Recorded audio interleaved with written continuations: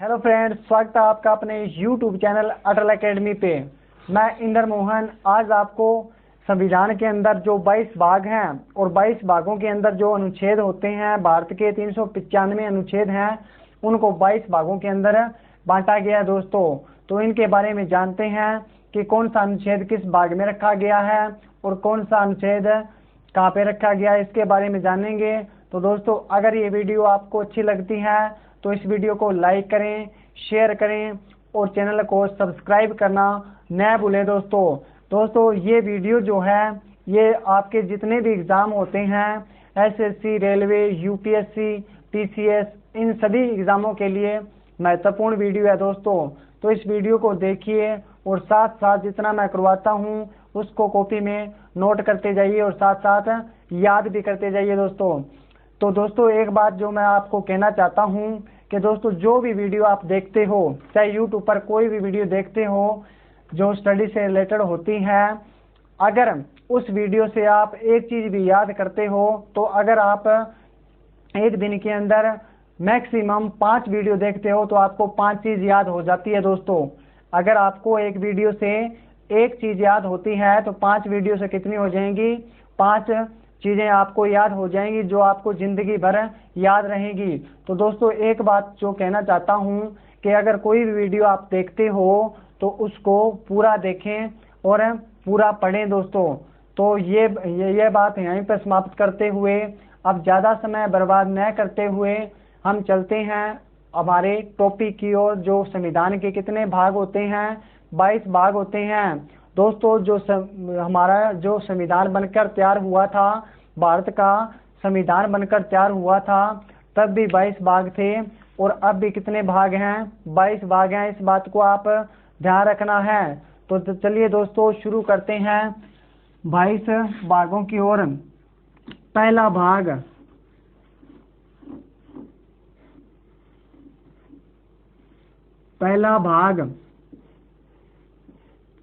पहला जो भाग है दोस्तों, उसके अंदर क्या दिया गया है? उसके अंदर दिया गया है कि संघ जो केंद्र होते हैं, संघ और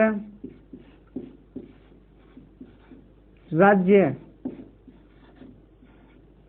संघ और राज्यों के नामों के बारे में और उनके क्षेत्रों के बारे में दिया गया है।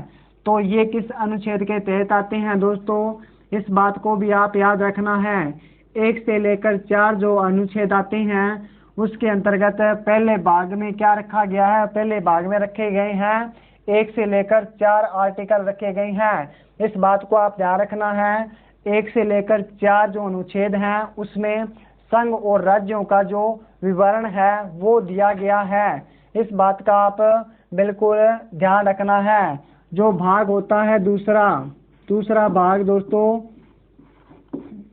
दूसरा भाग भारतीय संविधान के अंदर क्या है? तो दूसरा भाग जो होता है वह नागरिकता से संबंधित है।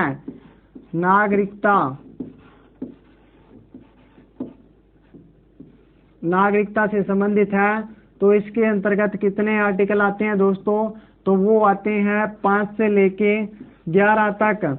इसमें क्या बताया गया दोस्तों? इसमें बताया गया है कि अगर कोई भी व्यक्ति भारत का नागरिक बनना चाहता है तो उसको कितने वर्ष तक भारत में रहना पड़ेगा, या वो भारत की नागरिकता खोना चाहता है तो कितने वर्ष बाहर रहना पड़ेगा, फॉरेन कंट्री के अंदर रहना पड़ेगा। और जब वह भारत में रहता है तो उसके क्या क्या कर्तव्य होते हैं उनके बारे में कहाँ बताया गया है?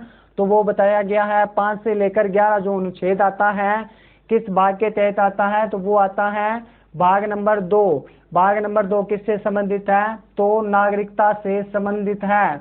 इस बात का आप ध्यान रखना है। ठीक है दोस्तों। तो 2 अभी तक भाग पढ़े हैं, दोनों को रिकॉल करते हैं, साथ साथ याद करते चलेंगे। पहला भाग क्या था? पहले भाग के अंदर बताया गया है संघ और राज्यों के बारे में।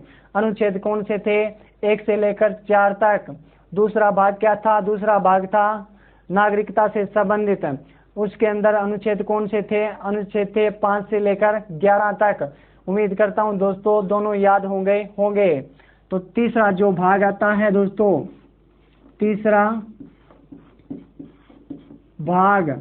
तीसरे भाग में क्या दिया गया है दोस्तों? तीसरे भाग के अंदर दिया गया है कि जो भी व्यक्ति भारत के अंदर रह रहे हैं उनके कुछ मौलिक अधिकार होंगे, उनके बारे में बताया गया है। ये बहुत ही महत्वपूर्ण है दोस्तों, 2-3 बार एग्जाम के अंदर ये पूछ लिया गया है, तो आपको याद रखना है। मौलिक अधिकार ये पूछ लिया गया है कि मौलिक अधिकार जो हैं, एक व्यक्ति के मौलिक जो अधिकार होते हैं वह किस भाग के अंतर्गत आते हैं। तो भाग है 3 नंबर का भाग जो भारत के अंदर है, उसके अंदर मौलिक अधिकारों का वर्णन दिया गया है। ये किस अनुच्छेद के तहत आते हैं। तो दोस्तों 11 तक यहाँ थे, तो 12 से लेकर 35 तक, 12 से लेकर 35 तक क्या दिया गया है। तो दिया गया है कि मौलिक अधिकारों के बारे में, जो नागरिक यहाँ पर रह रहे हैं, भारत में रह रहे हैं, उनके क्या क्या अधिकार हो सकते हैं, उनके बारे में कहाँ बताया गया है। तो 12 से लेकर 35 आर्टिकल के तहत बताया गया है और भाग 3 में बताया गया है। दोस्तों इस बात का आप ध्यान रखना है, बिल्कुल सरल तरीके से याद करना है। दोस्तों पहले भाग में क्या था, अनुच्छेद 1 से लेकर 4, दूसरे अनुच्छेद में क्या था 5 से लेकर 11, अब तीसरे में क्या आएगा 12 से लेकर 35, अब अगले में क्या आएगा 36 से लेकर 51। बस इस तरह से क्रम वाइज आपको याद रखना है। दोस्तों अब बात आती है जो चौथा भाग होता है, जो चौथा भाग, चौथे भाग में क्या बताया गया है दोस्तों। चौथे भाग में बताया गया है कि राज्य के अंदर, राज्य के नीति निर्देशक तत्व, नीति निर्देशक जो तत्व होते हैं उनके बारे में बताया गया है कि ये किस अनुच्छेद के तहत आता है। तो ये आते हैं 35 तक यहाँ था, तो आगे कहाँ से स्टार्ट होंगे 36 से, यहाँ पर 51 में क्या हो जाएंगे खत्म। तो चौथे भाग में ये बताया गया है कि एक राज्य होता है, उसके अंदर जो नागरिक रहते हैं उनके क्या कर्तव्य होते हैं और उनके अंदर राज्य के अंदर क्या क्या कार्य होते हैं। तो वो किस अनुच्छेद के तहत आते हैं, 36 से लेकर 51 के तहत आते हैं। भाग कौन सा था दोस्तों, तो भाग था चौथा। तो चलिए दोस्तों दोबारा से रिकॉल करते हैं और 4 जो भाग पढ़े हैं वो याद हुए हैं या नहीं हुए हैं उनके बारे में जानते हैं। पहला जो भाग था, पहला भाग राज्य और संघ क्षेत्र के बारे में बताया गया है, किस अनुच्छेद में, कितने अनुच्छेद हैं 1 से लेकर 4 तक। भाग 2, भाग 2 में क्या बताया गया है, नागरिकता के बारे में 5 से लेकर 11। भाग 3 मौलिक अधिकार, 12 से लेकर 35 तक मौलिक अधिकार आते हैं दोस्तों। भाग 4, भाग 4 के अंतर्गत क्या आता है, तो भाग 4 के अंतर्गत आता है दोस्तों जो राज्य के नीति निर्देशक तत्व होते हैं उनके बारे में। अनुच्छेद कितने हैं, 36 से लेकर 51 तक। बस इस बात को आप याद रखना है दोस्तों। अब बात आती है दोस्तों जो आर्टिकल 1 और इसके अंदर जोड़ा गया था वो क्या है, चौथा भाग। चौथे भाग के अंदर 4A लिख लेना है दोस्तों, 4A। यहाँ पे क्या है, यहाँ पर है दोस्तों मूल कर्तव्य, मूल कर्तव्य, कर्तव्य के बारे में बताया गया है और किस आर्टिकल के तहत, तो 51A के तहत बताया गया है दोस्तों। यहाँ पे ये, यहाँ पर भी ए आपको याद रखना है कि 4A के अंदर क्या आता है, मूल कर्तव्य, कि एक इंसान के क्या क्या कर्तव्य हो सकते हैं उनके बारे में बताया गया है। किस भाग के तहत, 4A भाग के तहत। अनुच्छेद कौन सा है, 51A अनुच्छेद। ठीक है दोस्तों, उम्मीद करता हूँ 4 तक आपको समझ में आ गए होंगे। अब बात आती है भाग 5। 5 नंबर जो भाग है, 5वां भाग। 5वें भाग में क्या दिया गया दोस्तों, इसमें बताया गया है कि भारत के अंदर जो संघ है, भारत क्या है, एक राज्यों का संघ है, उसके बारे में बताया गया है। तो यहाँ पे लिखना है संघ। ये किस आर्टिकल के तहत आते हैं, तो 51A थे, तो 52 से लेकर दोस्तों 151 तक क्या आएंगे, वो जो संघ है, जो केंद्र है, केंद्र के जो राज्य हैं उसके बारे में बताया गया है। किस भाग में, 5वें भाग में। उम्मीद करता हूं दोस्तों अभी तक हमने 5 भाग पढ़ लिए हैं, आपको याद हो गए होंगे। तो चलिए इसको इरेज करते हैं। तो चलिए दोस्तों देखते हैं अगला भाग। 5 भाग अब तक हमने पढ़ लिए और अगला भाग क्या है, छठा भाग। जो संविधान का छठा भाग है उसके बारे में पढ़ते हैं। छठा भाग जो है दोस्तों, वो जो राज्य होते हैं उनके बारे में कौन सा अनुच्छेद किस तरह से यूज करना है, क्या उसके अंदर दिया गया है, उसके बारे में छठा भाग बताता है।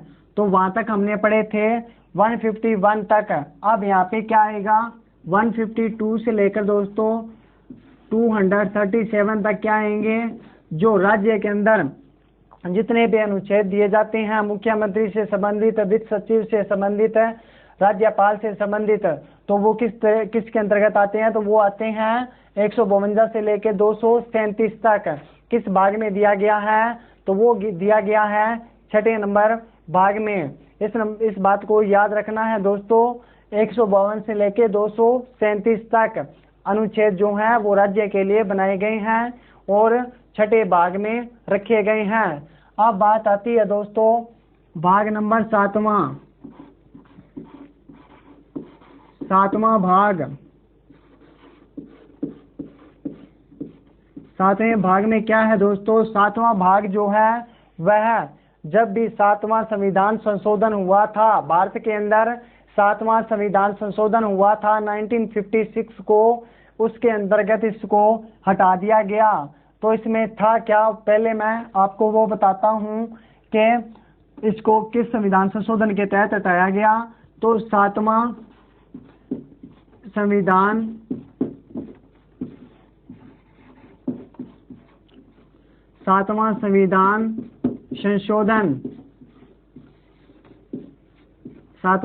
संशोधन हुआ था 1956 को, तब इसको क्या कर दिया गया, हटा दिया गया था। क्यों हटा दिया गया, क्योंकि दोस्तों इसके अंदर क्या प्रक्रिया थी कि इसके अंदर जो राज्य थे भारत के अंदर उनको ग्रुप्स के अंदर बांटा गया था। जैसे ए ग्रुप के अंदर कई राज्यों को रख दिया, बी ग्रुप के अंदर कई राज्यों को रख दिया, इस तरह से राज्यों को रखा गया था। तो इसको क्या कर दिया गया, इसलिए समाप्त कर दिया गया दोस्तों।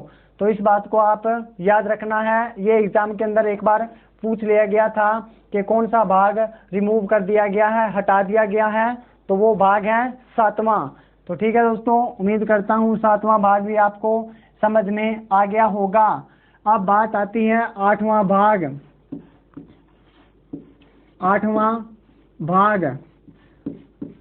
8वें भाग में क्या आता है दोस्तों, जो 8वां भाग बिल्कुल भी सरल है आपको याद करना। कैसे याद करेंगे, अभी जो देश के अंदर केंद्र शासित प्रदेशों की जो संख्या है वो कितनी है, 8। तो इसके अंदर भी क्या दिया गया है, केंद्र शासित प्रदेशों के बारे में बताया गया है। तो यहाँ पे क्या लिखेंगे, केंद्र शासित प्रदेश। ठीक है दोस्तों, केंद्र शासित प्रदेश। तो यहाँ पे 237 तक पढ़ा था। यहाँ पे क्या है दोस्तों 238 ये जो संविधान के अंदर 7वां जो भाग था उसके अंदर 238 दिया गया था। यहाँ पे 239 से 243 तक कौन से भाग के अंतर्गत आता है, तो वो आता है भाग नंबर 8 के अंतर्गत। तो किससे संबंधित है, जो भारत के अंदर 8 केंद्र शासित प्रदेश हैं उनके बारे में विवरण किस भाग में दिया गया है, तो 8 नंबर भाग में। इसको आप आसानी से याद कर सकते हैं क्योंकि केंद्र शासित प्रदेश जो हैं उनकी संख्या भी 8 है और इनके भाग की संख्या भी कितनी है, 8 है। तो अनुच्छेद कितने हैं, 239 से लेकर 243 तक। उम्मीद करता हूं दोस्तों इससे संबंधित आपको सारी जानकारी समझ में आ गई होगी। अब बात आती है 9वां जो भाग है भारत के अंदर वो किससे संबंधित है, तो वो है दोस्तों जो गांवों के अंदर पंचायत होती है उसके बारे में बताया गया है। तो यहाँ पे लिखना है पंचायत, जो भी पंचायत होती है उसके क्या कार्य हैं और उनके पास कौन सी शक्तियां होती हैं उनके बारे में। जो 243 आर्टिकल है उसके अंदर कुछ आर्टिकल और जोड़े गए ओ तक, जो ABC का ओ होता है उसके अंतर्गत और जोड़े गए तो ओ कितने नंबर पर आता है? तो दोस्तों 15 आर्टिकल और जोड़े गए, 15 लिख लो दोस्तों, यहाँ पे आपको समझ में आ जाएगा। तो 1 से लेकर जो 15 तक है वो 243 अनुच्छेद है।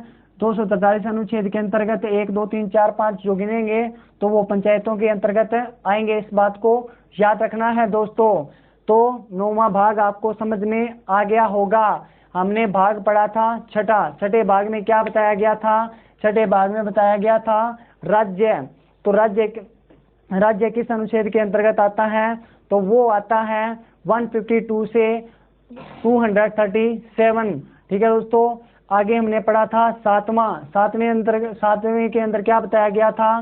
सातवें में बताया गया था कि जो 7वां भाग था उसको हटा दिया गया है। किस संविधान संशोधन के तहत? तो वो 7वां संविधान संशोधन हुआ था 1956 को, तब इसको रिमूव कर दिया गया, हटा दिया गया। किस आर्टिकल के तहत आता था? 238 से 39 के 238 इसका अनुच्छेद था। अब बात आती है 8वां संविधान का जो भाग है वो किससे संबंधित है? तो वो है केंद्र से संबंधित। केंद्र शासित जो प्रदेश होते हैं उनके बारे में बताया गया है और उनके अंदर जो अनुच्छेद आते हैं वो कौन से हैं? 239 से 243 तक है। आगे बात आती है जो 9 नंबर का भाग है वो कौन सा है? तो वो जो गांवों के अंदर पंचायत होती है उनके का क्या कार्य हैं, क्या शक्तियां हैं, वो अनुच्छेदों के अंतर्गत बताया गया है। तो दोस्तों वो कौन से हैं? 243 15 आपको याद रखना है दोस्तों, या ओ से भी याद रख सकते हैं। अब बात आती है दोस्तों 9वां जो भाग है इसके अंदर ए और जोड़ दिया गया। क्या जोड़ा गया? जो 9वां भाग होता है इसके अंदर जिस तरह से हमने 4A पढ़ा था उसी तरह से 9A कर दिया गया। इसमें क्या क्या बताया गया है? इसमें बताया गया है कि गांव के अंदर पंचायत की व्यवस्था होगी और जो शहर होते हैं उसके अंदर क्या होगी? नगर पालिका।